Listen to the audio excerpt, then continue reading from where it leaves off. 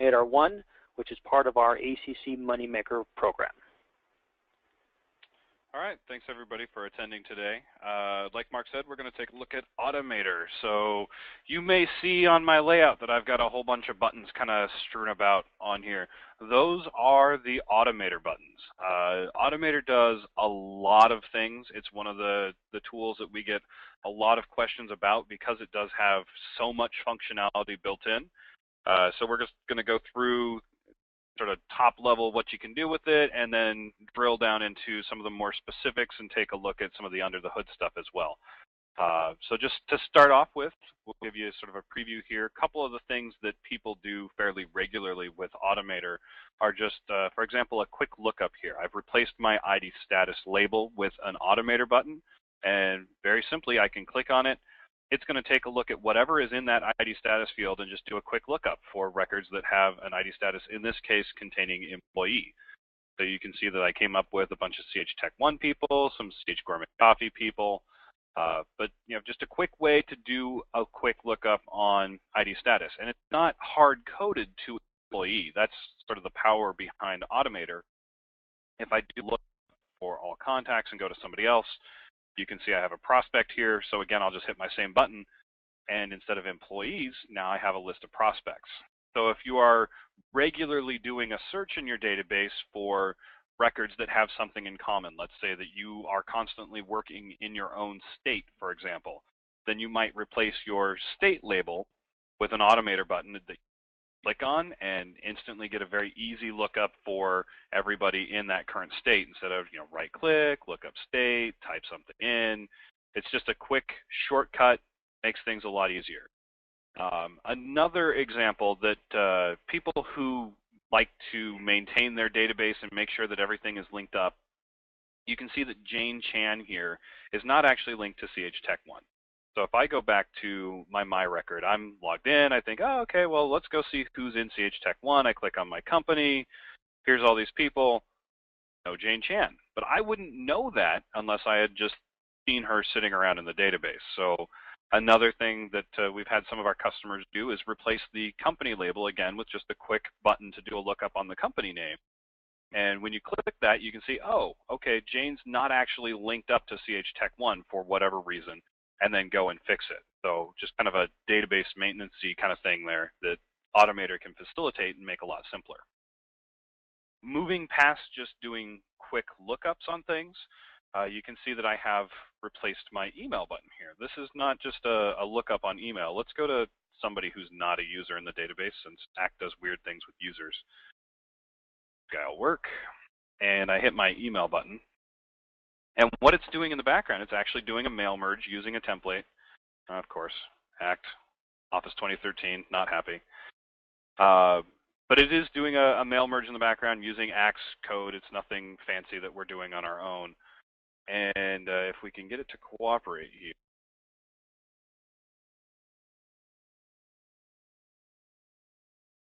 Another whirl.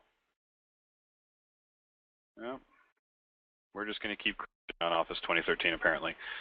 If mail merge works for you, this button will work. But essentially, the point is you can do a quick mail merge to something and have it just pop up instead of having to wade your way through the mail merge dialog in Act. So another just sort of quick thing that you can do with AutomatoR that saves you a few steps, essentially. Those repetitive tasks are really what AutomatoR helps you with.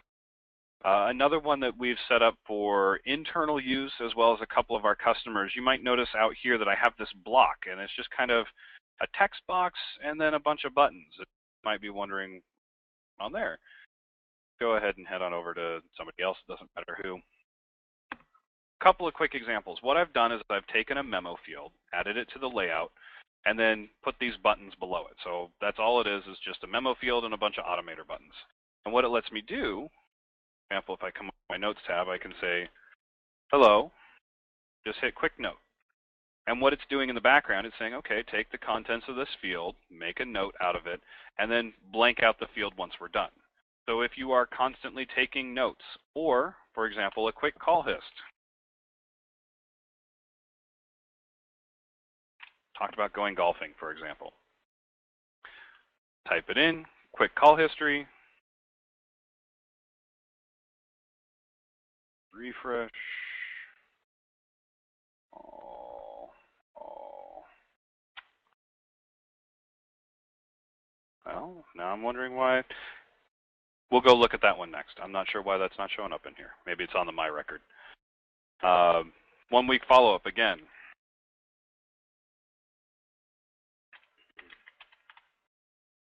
Follow-up regarding golf. Take a look at my activities. Follow-up regarding golf. So this is just kind of a quick, easy way to make entries into your activities, your notes, your histories. And you don't have to go in and hit the button and have the dialog come up and everything else. You can just type it in. The last two down here, you'll note that they say My Quick History or My Quick To Do. So if I know that fairly regularly during the day I'm making entries on my own record to remind myself to do things or write down little details, whatever, even though I may be on Melanie Daniels' record here, if I say pick up milk on the way home and hit My Quick To Do, I don't get an activity here, but if I go look up my record, there it is, pick up milk on the way home. So I have this button set up to actually do it 1 week out in the future. That's why it's on the 10th. But just another example of sort of the quick, simple things that you can do with AutomatoR to save you and your customers a lot of time. We use this internally extensively. Our layout probably has 20, 30 buttons on it that do different things. So definitely not one of those tools that we've just sort of created and let sit there. We use it regularly all the time. Internally, we have tons of customers that very popular once people understand what it does and the power behind it. So let's go take a look at how it works and, like I said, some of that power behind it. I'm going into the layout editor, and then when you have AutomatoR installed, it shows up under custom. If you don't have a custom category yet, you just have field and drawing, what you have to do is right-click, customize, and then place a check mark next to it. I don't know why Sage or SwiftPage makes you do that, but it's necessary in order to get it to show up in your toolbox. Once it's here, then it's as simple as click on it, click somewhere on your layout, and you get a new button. You can drag it around just like anything else, put it wherever you want to, resize it, name it, color it, so on and so forth. And like I said, that one silly quick call history button here wasn't cooperating. So let's take a look at what it does and see if we can figure out why it wasn't playing nice. So I've scrolled down to button actions, and I'll just do that a little slower again. When you click in the field, you'll actually get this button with 3 dots out here. And so you just click on that, and you get a nice little dialog for editing the actions. The actions on any given button are stored as XML. You might be able to tell that by seeing the new data set thing here. But this dialog lets you sort of manage that XML without having to actually write that information. Any one AutomatoR button can perform a number of tasks. There's no limit to it. The more things you have it doing, obviously, the longer it's going to take the button to do whatever you've asked it to do. But you could technically string together 150 things if you wanted to, and it'll just work its way through the list. It does them in order. Reason that it does them in order is you may have 3 or 4 different mathematical functions that it's taken care of for you, and they need to be done in order. Example of why you might want. Let's take a look at our create history here. Go into settings. All right, call completed. Contact, current user, now. That looks fine. You can see in the details here, this is how AutomatoR reads field values. I've just got left squiggly bracket, quick notes, right squiggly bracket. Quick notes is the name of my memo field that I created.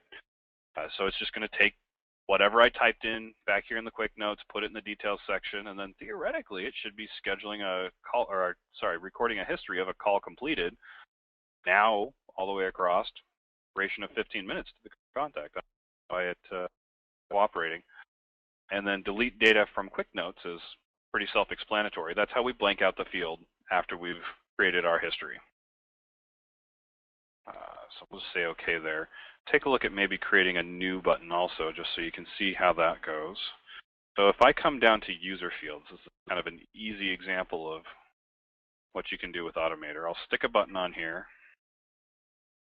And we'll give it a name of calculate. And scroll down again to button actions. And then click that little tiny 3 dots, the ellipsis, and say new. And let's just do a little math. So action, math, pretty good so far. Target field, go user 5. And just like before, the expression involves the curly braces in the field name. So we'll just say 1 plus 2 plus 3, and then maybe throw in some parentheses and divided by. So it does respect, parentheses and a lot of mathematical functions, sine, cosine, tangent, things like that you can use in here if you're calculating areas or something really fancy for construction customers that you might have or something like that. But the point is you can get very fancy with the expressions here. And so we'll just say OK, and then go ahead and save it. And again, these are all saved as part of the layout. The reason that's important is because your layouts synchronize. Therefore, your Automator button configurations also synchronize. So you're on the server, you make some changes. As soon as everybody synchronizes, they'll have the Automator button changes as well. We'll say it's 10 plus 10 plus 20 divided by 4. If my brain's working today, we should get 10. Yay, 10. All right. So, kind of a simple example, but shows you how quickly and easily you can set up some fairly complex calculations, for example, or other actions. So let's go take a look at what I mean by other actions here. Under contact, the layout, head back to user fields because we got lots of space there. All right, so I'll just drop a new button on here.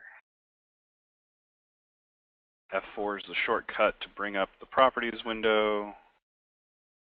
And we'll make it say, I'll just make it say test for now. And again, it's button actions and the ellipsis button. All right, let's take a look at some of the stuff we can do with AutomatoR. Scroll back up to the top. Append data. So take some arbitrary value either from another field or just text and put it at the end of a field. For example, if you wanted a button that would put the value of dead lead into ID status without actually wiping out what was there before, you might use append data just to append a semicolon dead lead and have that go into the field without wiping out whatever. Change database is kind of an advanced one, but the essence of this one is it will log you out of your current database and then attempt to log you into another database.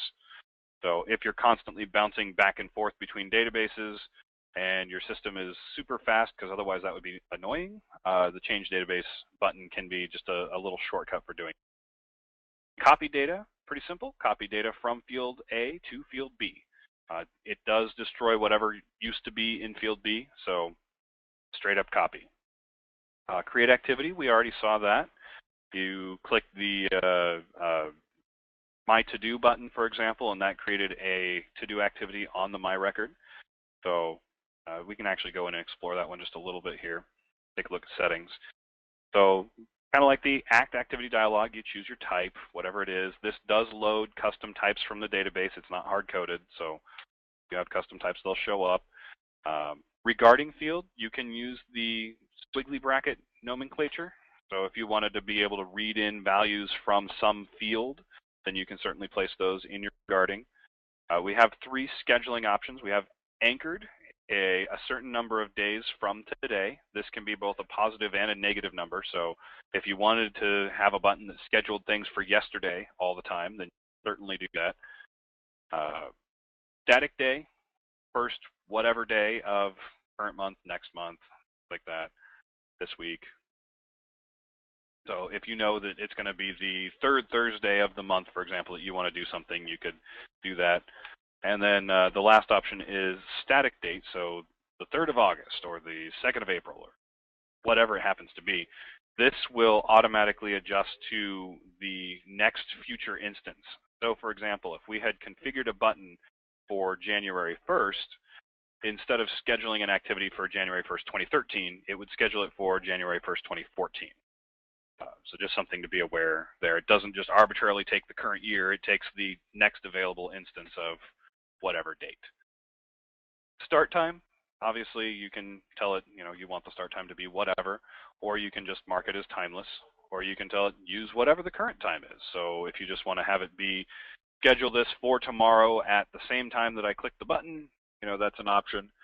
That works fairly well for people that take inbound phone calls. If somebody called you at 2 o'clock today, well then there's a halfway decent chance that maybe they're available 2 o'clock tomorrow. Use alarm, very obvious what that does. Lead minutes, also pretty obvious. This can be kind of a fun one. If the activity falls on a weekend, move to either the preceding Friday or the following Monday. Depending on how you have your start date set up, you may have something that ends up being calculated for a weekend. For example, if you anchored 3 days from today or something like that, it might accidentally end up on a weekend. So you can then tell it, well, if it's on a weekend, let's either bump it back in time to the preceding Friday, or let's move it forward to the following Monday, just so that you're not contacting people on the weekend if that's something you're worried about. Scheduled with either associated contacts, current contact, linked contacts, my record, or selected contacts. So these can be kind of interesting. Associated contacts and linked contacts are for companies specifically. So if you are creating an Automator button on a company to schedule something, maybe you want to schedule it with only contacts who have the blue company field, they're actually linked. Maybe you want to schedule it with everybody associated with the company. Current contact is fairly self-explanatory. From the contact aspect of things, you can tell it, hey, I want to schedule this with whoever I'm looking at, and that's the default. You can do my record, which we saw before, and then you can just arbitrarily say, these are the contacts that I want this scheduled with, regardless of who I'm looking at or where I am in the database. So if you have certain people that you need to be able to push activities to, that can be fairly convenient. And then along with schedule with, we also have schedule for, which obviously lists out all the users of the database, as well as giving you an option for current users. So whoever clicks the button, let's schedule the activity for them. That's kind of the standard option, but you can also choose a specific user to be the schedule for. Last but not least, details. Just like the Act details section, only extra item to mention here is that you can, again, use the squiggly bracket nomenclature. So if you wanted to read in field data to fill in the details of your activity, you can certainly feel free to do it. Having done that tour, create history, very, very similar to create activity. Obviously, it's for dates in the past in general, but otherwise, most of the same options exist. Create note, very simple, just what is your note text? There's nothing really fancy there. Create opportunity is something we're still working on a little bit. It does work to some degree, but we are still working on implementing the ability to choose products and things of that nature. So if you have a customer that is looking for the ability to quickly create an opportunity, as long as we're talking about top-level opportunity data, you're probably good to go. If you're trying to add products, that's still something we're rolling in here. But it actually looks a lot like the old school Act opportunity dialog. So just something that kind of was started being developed back then and hasn't quite been finished yet. Delete data, very simple. Blank out the contents of a field. Driving directions, pretty straightforward. Pick whatever address you want to start at, whatever address you want to end at, and whether you want to use MapQuest or Google Maps. So for example, this would read the home address from the My Record and then route you to the home address on whatever contact you're looking at, how this is configured. Export record is kind of specialized. That was developed for a particular customer. Essentially, it's just the ability to read data from the current record and then via a direct SQL connection dump it into an external table. It's nothing that's particularly useful to most people, but it is there just in case you have somebody that has a SQL database that you need to send data to. Go to can be kind of fun. So contact and field criteria. So what I will regularly do with this one is the Act demo database has a spouse field. If I can get down to it here. Spouse. Oh, sorry. Contact equal to spouse. If I remember how this all works. Equal to. All right. So what I'm doing here, I'm telling it, find me contacts in the database where the contacts field is equal to whatever is in the spouse field of the record I'm currently looking at. This is very similar to the ID status lookup. The only difference is that this will take me to an individual record every time. It will, whoever is the first record that matches this search criteria, it will take me to their contact details screen. But it's a quick, easy way to bounce to other contacts in the database. Originally designed before we had the relationships tab, but you know, depending on how you like to work with Act, sometimes this can be a little more convenient. Insert data, excuse me, much like the append data function, only instead of putting your value at the end, it puts it at the beginning. The distinction between those two really only matters in mathematical formulas for the most part, but you do have both options in case it matters to you. Mail merge we attempted to take a look at before, but Act is not cooperating with Office 2013. Big surprise. But very simple. You know, you choose whether you want to go to word processor or you want to go to email. If you're going to email, you can enter a subject, pick your template out of your Act template library, whatever you might want to use, and then merge for current contact list, all contacts, specified contact. You have a bunch of options here, basically, for who you want to actually merge that document against. The references to specific group or specific company, that will actually merge the document for the contacts that are members of a specific group or a specific company. It's not merging against a group or a company. Again, we're not overriding Act's mail merge functionality. We are simply directing it on what to do. Math we saw earlier, very simple. You tell it what field to go into, and then what your expression is. You can get very fancy with that. Move data takes the value from field A and actually moves it to field B. The distinction between copy and move is that move will actually remove the value from field A once it is in field B. Prompt to continue. This actually lets you ask the user, are you sure you want to do this before it performs whatever functions in the database? So if you're going to be creating a bunch of activities or something like that with a button, you may want to prompt people and ask, are you sure you want to take this action before it actually goes forward with it? Ranged lookup, actually kind of interesting. Back in the day, Act had serious issues doing any kind of mail merges.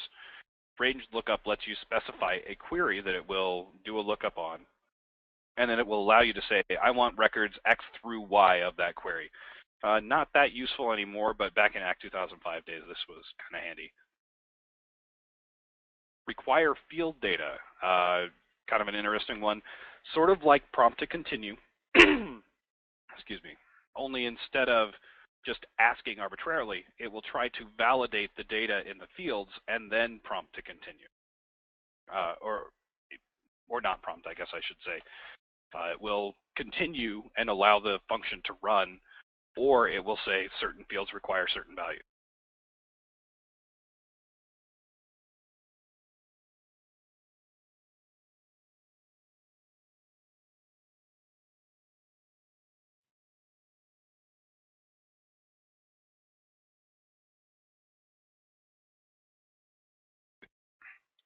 Sorry about that, just trying to clear my throat a little. Resolve zip code. We'll hit against the USPS database and attempt to get a zip +4. Run program. Runs a program like Notepad or whatever. So if you need to be able to trigger some external action from a button, that's where you would go. Set data sets the value of a field to whatever you enter. You can again use the squiggly bracket nomenclature, so something to play with there. Set limited access. This one can be kind of fun, but we'll come into settings. Oh, well, that's cool. Oh, it doesn't like the value we had in there before. Let me make a new button to do that. We've been changing around a lot of stuff.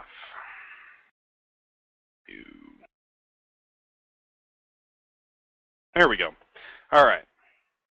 This dialog lets you say, I want to set the limited access of the record I'm currently looking at to the current record's record manager, current user, or a specific user. If your database contains teams, those will also show up. And then another interesting one down here is add dynamic user based on the X field named whatever. So what this is actually about, let's say you have a sales rep field. You can tell it to add a dynamic user based on the contact field named, I don't have sales rep, but I do have spouse, so we'll just go there and hit add. And what it does is it actually adds an option in here that, again, uses the squiggly bracket nomenclature. And this one says spouse because that's what I chose. But it will look at the spouse field, say Allison McCullough was in the spouse field, and then look for a user that matches that name. And if it does, it will set the limited access to whatever is in that field. Again, this is usually used with a sales rep field, where you have a drop-down of whoever your sales representatives are, people fill that in, and then you can just use a button to specify the limited access instead of having to go clicking back and forth in order to actually set that information. You also have the option, instead of setting the limited access, to add selected values to existing limited access. So let's say you are using limited access already, but you want an easy way to say, okay, Joe Smith is the sales rep. Let's make sure he is on the limited access group. This is how you would be able to do that without nuking whatever limited access settings are already there. That can be super convenient when it comes to maintaining your limited access because people can hit it as they're working on the record instead of relying on, going through the database every so often to update it, or a third-party tool that scans the entire database and does some sort of queries or whatever. Just as you're working on it, you can be updating these values. Set source record. This one gets pretty fancy.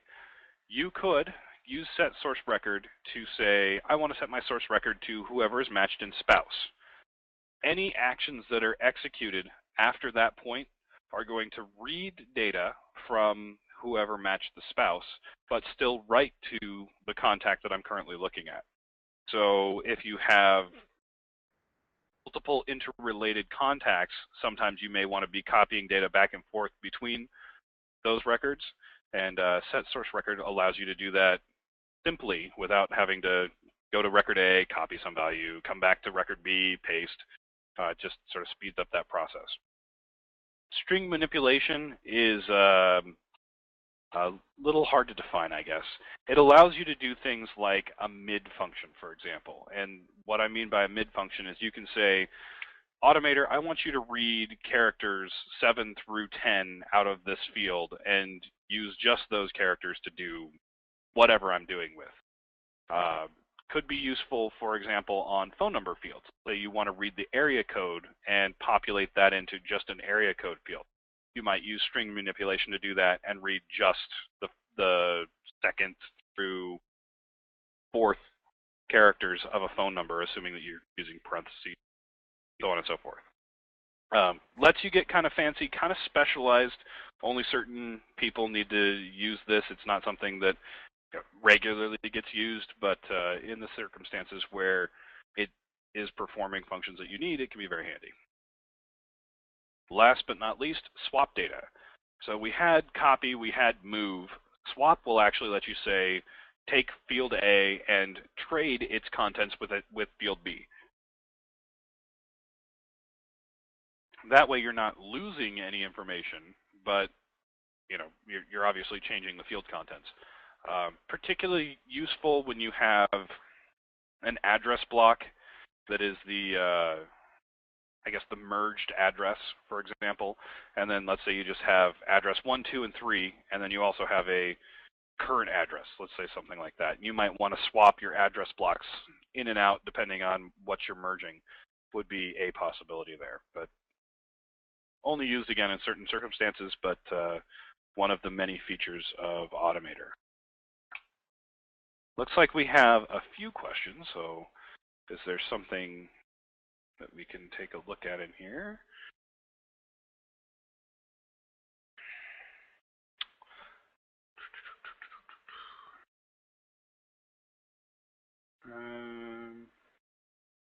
Actually not seeing any questions that haven't.